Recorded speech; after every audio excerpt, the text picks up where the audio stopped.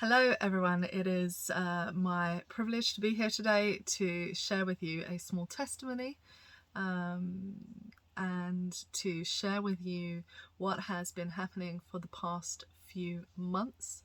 First of all, I would like to say a massive thank you from my heart and my family to yours, for everyone who has prayed for us, who hasn't known what to pray for but has uttered words of prayer, that God would intercede on our behalf, that God would be the healer, that God would deliver us in our hour of need. And I thank each and every one of you who sent a card or who has reached out in the most beautiful ways to encourage us as we have had a quite difficult experience.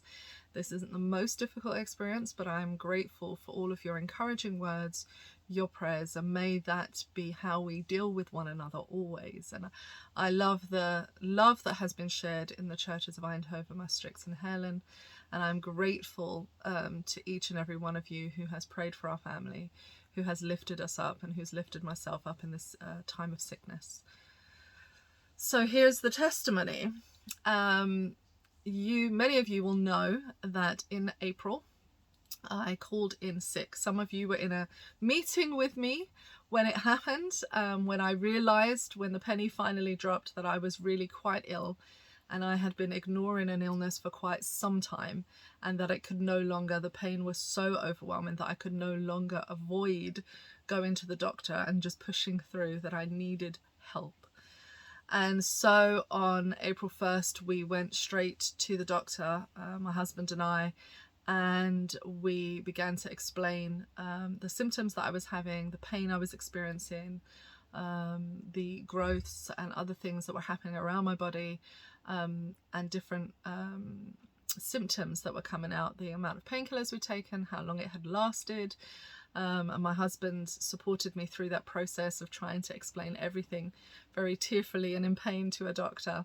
And he said, you have an infection and it's spread throughout your body and we need to get it under control. And so we need to put you on antibiotics. And now normally I have quite strong antibiotics because I'm allergic to penicillin. Those of you who have a penicillin allergy will recognize this. We always have something, so we never go to the doctor very quickly to get antibiotics. And we're in the Netherlands, so of course paracetamol is always the first course. So you know that it's quite serious when the doctor says, no, it's the strongest course of antibiotics that we can give you is what is needed. And so we did that. And I was hopeful, I was still in my optimistic state, thinking that everything would be fine. And I was talking with our union here and saying that everything would be fine and I would be back to work. And after the first course, I was completely wiped out, but I wasn't better. And I was still in pain, and I was still having symptoms throughout my body, and it had not done what it was supposed to. So we went back to the doctor, and the doctor explained very kindly that there is only one more course of this type of antibiotics that you can have, and if not, you're going to have to go to the hospital. So if this doesn't work, then you need to go to the hospital immediately. And I know at that point, I felt all of your prayers. I felt God interceding. I felt everything. The doctor knows that I'm a pastor and that I'm a Christian, and he was like, now is the time to pray that this works, because it's quite serious and you need to really get the help you need. And so we finished that course of antibiotics, and by the grace of God it worked, and we were so relieved that the infection had been gotten under control. The challenge being that I was left with symptoms that were new. Now, for many of you who know, for the last 3 years I have been suffering under the burden of burnout. I have been working through it. I have been doing all the things that I need to, taking care of my health, eating healthily, adding exercise, trying to do everything to combat this burnout, and it had not been combat. I had not won. And for 3 years we had been struggling along with this, and many of you know the impact that has had on the churches and my work and my tiredness levels. So some of you have seen that occasionally, that I've been more tired than normal. But this was new. This was a new moment, and there were new things that I wasn't prepared for. And the level of exhaustion that I was in, I realized I was really quite sick, and that this was not going to just go away. This was not going to magically all become better. This needed time, and this needed some doctor's expertise to figure out what was happening within my body. And so began the process of going to specialists. We saw some during the summer vacation. I had to admit that I was more sick than I would like to admit, and had to take the absence from work, and I've been away from you for some time now. And really had to step back from everything. Every day has been interesting. My family have supported me and loved me through this process of seeing me struggle with my health, and seeing me go to doctors frequently. But there is a wonderful testimony in the middle of this. So while I'm suffering with chronic exhaustion and a number of other symptoms, I'm obviously still getting treatment for my burnout. So I'm going to different specialists as well, but I'm obviously still getting treatment for my burnout, and I'm seeing my doctor. And there comes a point when the medication for one of my illnesses and the medication for my burnout is contraindicated, which means that they clash and I'm not allowed to take them at the same time. And we had to make a decision as a team. What will I do? And the priority was to get my physical health back, and that they would support me more intensively with my mental well-being and my burnout, so that we could get through this process. And so we began a 6-week trial phase under the guidance of the hospital, and we would look at this and we would see how I got on. And to everyone's surprise, the prayers of the righteous availeth much. And when we came to the big meeting, now, shall we talk about how it's going with the new medication, and you're not taking your medication for the burnout, how are you getting on, how are you doing? To everyone's absolute amazement, myself included, they said, you no longer have burnout. These are a totally new set of symptoms. These are not related to burnout. They're not stress related. And I got the all clear. And for me, that was such a beautiful testimony of God's miraculous healing love in that moment.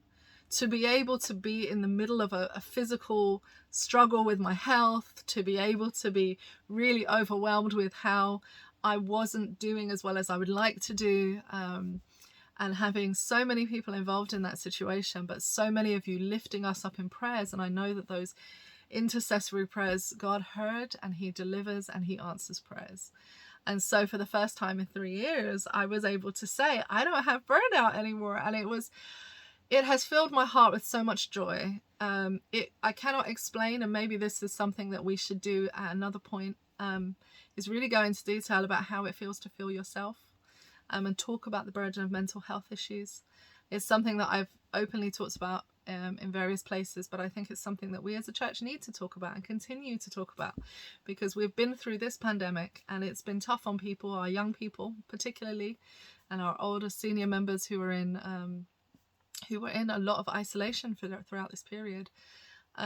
We've seen those struggles. You know, the statistics are not bearing out well that more people than ever have burnout, more people than ever have depression, more people than ever need help. Our young people, the statistics tell us that they are at tipping points, a lot of them, and that we need to be mindful and we need to pray for our young people. But more than pray, we need to educate ourselves, and we need to find out ways that we can be supportive and helpful and practical and be involved in their situations.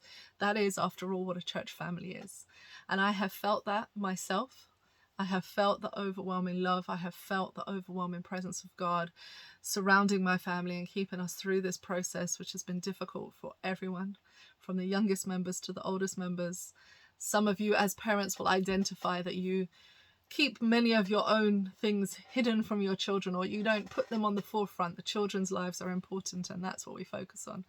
But at a point when you are unwell and it's, you know, you're at the hospital frequently and you're unable to get out of bed some days, it becomes obvious to your children. And that's where, you know, the rubber meets the road of parenting. You have to work a way of getting the whole family through this. And I thank everyone for their prayers in this time. So we have this wonderful testimony that God is the healer, and he has been healing. But I am not 100%. I am still struggling with a number of different complaints. And so we are under internist care now to see if there is something they can do. And we have another set of tests and steps that we have to undertake in order to see what is happening with my physical health, why I'm feeling the way that I'm feeling, why do I have these symptoms, what is causing the pain, and all of the different options.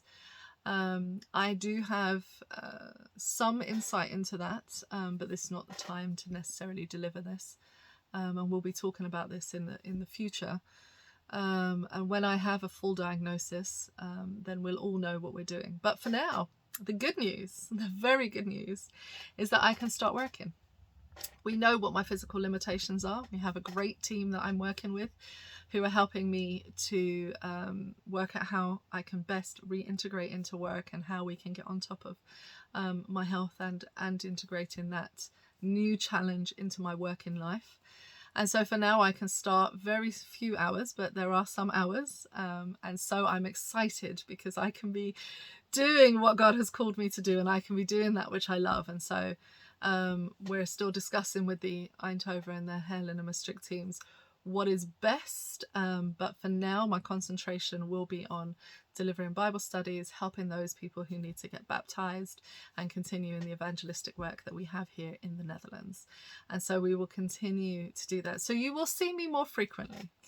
I want to especially thank the teams who have helped with the children's ministry, the entire media team from both churches, plus all of those who've made videos, who've stepped in. I know that I still get messages from children across the Netherlands who are so grateful that every week there is a new message with a story and some singing and some crafts that we can do, or some activity that gets us outside. I want to thank every participant. Really, my heart is full with all of you who have stepped up and stepped into those places where I have not been able to be, and I'm grateful. I ask that you continue to lift these teams up, but that you find ways of supporting them. There's lots of materials at church that we can avail you of to help you make crafts and to make videos for our children. And to look at how we can begin to reintegrate our services again with our children in mind.